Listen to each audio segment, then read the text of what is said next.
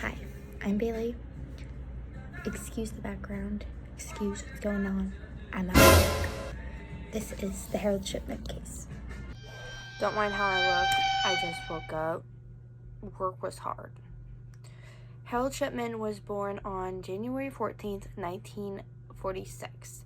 He had a mother and a father, and he had 3 children. When Harold was 14, his mother developed lung cancer. Why is that relevant to this case? Well, while his mother was dying of lung cancer, he had seen a doctor give her, is it morphine? It's morphine. I think it's morphine.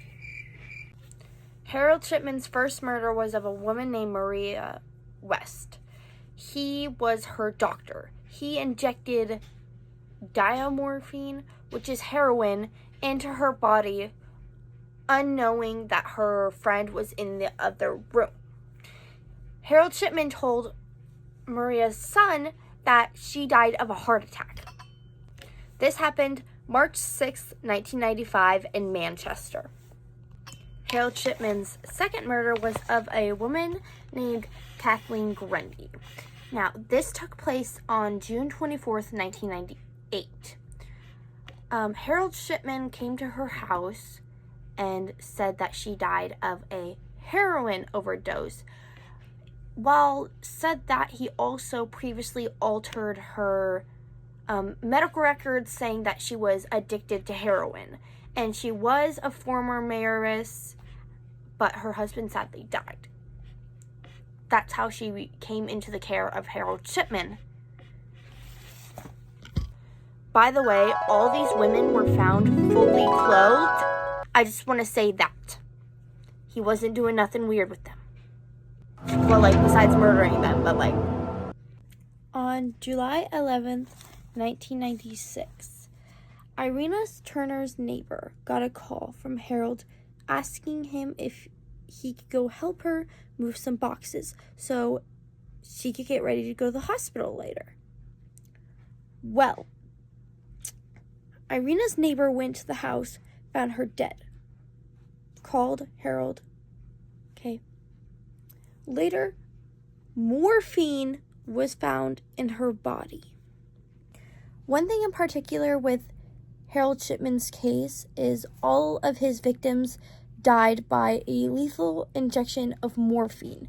But with some of them, he claimed they were cancer, tuberculosis, brain injury, or just a drug addiction problem.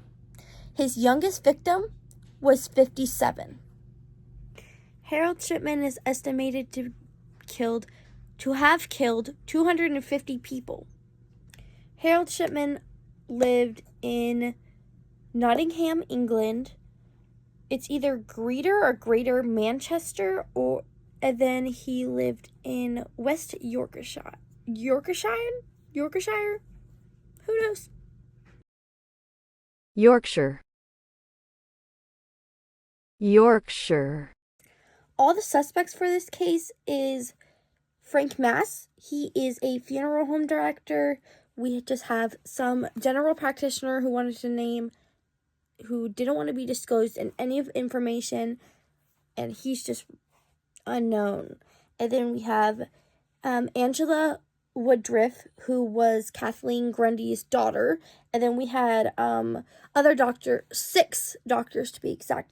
A pathologist and GPS.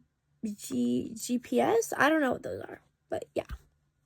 Which noted, they all said that Harold Shipman was kind of weird, and they noticed a pattern of him being in his patients' wills. Now, Angela Woodruff, who is Kathleen's daughter, is a big part to this case, not only because he murdered her mom, but also because she was the biggest help to bringing him down.